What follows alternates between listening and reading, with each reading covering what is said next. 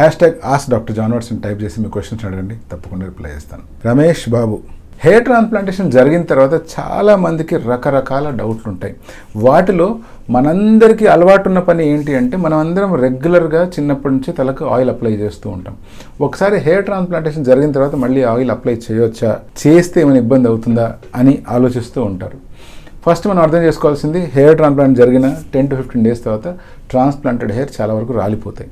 20-25 days వచ్చేసరికి almost అన్నీ రాలిపోయినట్లయితే కొన్ని మాత్రం మిగిలి అలాగే గ్రో అవుతుంటాయి. సెకండ్ మంత్ ఎండింగ్ కానీ థర్డ్ మంత్ స్టార్టింగ్లో కానీ మళ్ళీ కొత్త హెయిర్ అక్కడక్కడ గ్రో అవ్వడం స్టార్ట్ అవుతాయి. Around 5th month 6th month వచ్చేసరికి 40% హెయిర్ గ్రో అయిపోతాయి. ఇప్పుడు మీరు హెయిర్ ఆయిలింగ్ చేయాలి అంటే ఫస్ట్ ఎప్పుడైతే ఈ హెయిర్ అన్నీ రాలిపోతాయో వాటి తర్వాత కొత్తగా హెయిర్ గ్రో అవ్వడం ఎప్పుడైతే గమనిస్తామో ఆ పీరియడ్లో మీరు తలకి ఆయిల్ అనేటువంటిది అప్లై చేసుకోవచ్చు. బట్ మీరు తీసుకోవాల్సిన జాగ్రత్త ఏంటి అంటే హెయిర్కి అప్లై చేసే ఆయిల్ ఆముదంలాగా థిక్గా ఉండే ఆయిల్ అస్సలు అప్లై చేయకూడదు. అప్లై చేస్తే పల్చటి ఆయిల్స్ అప్లై చేయాలి, ఫర్ ఎగ్జాంపుల్ పారాచూట్ లైట్ లాంటివి.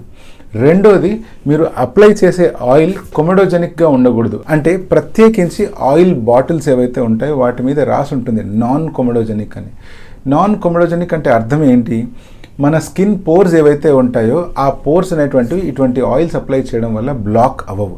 ఎప్పుడైతే ఇవి బ్లాక్ అవ్వవో ఈజీగా మన స్కిన్ మీద ఉండే పోర్స్ నుంచి బయటికి రావాల్సిన ఆయిల్ కానీ బయటికి రావాల్సిన స్వెట్ కానీ ఈజీగా బయటకు వస్తుంది. ఆ పోర్స్ అనేటువంటివి క్లాగ్ అవ్వవు, అంటే బ్లాక్ అవ్వవు. అలా బ్లాక్ కాకపోవడం వల్ల ఎటువంటి పస్ట్యూల్స్ కానీ ఎటువంటి కురుపులు కానీ తయారవ్వవు అనమాట. సో అందుకనే మీరు జాగ్రత్తగా ఆయిల్ చూస్ చేసుకునేటప్పుడు ఆయిల్ పల్చగా ఉండాలి, లైట్గా ఉండాలి. రెండోది, అది నాన్ కొమెడోజెనిక్ అయి ఉండాలి. ఇంకో డౌట్ వస్తుంటుంది, ఎంత ఫ్రీక్వెంట్గా అప్లై చేయొచ్చు అని. యూజువల్గా చాలా మందికి అలవాటు ఉంటుంది ఎవ్రీ ఆల్టర్నేట్ డే అప్లై చేయడం కానీ ప్రతిరోజు అప్లై చేయడం కానీ. బట్ ట్రాన్స్ప్లాంట్ జరిగిన తర్వాత వారానికి ఒక్కసారి మాత్రమే అప్లై చేస్తే చాలు.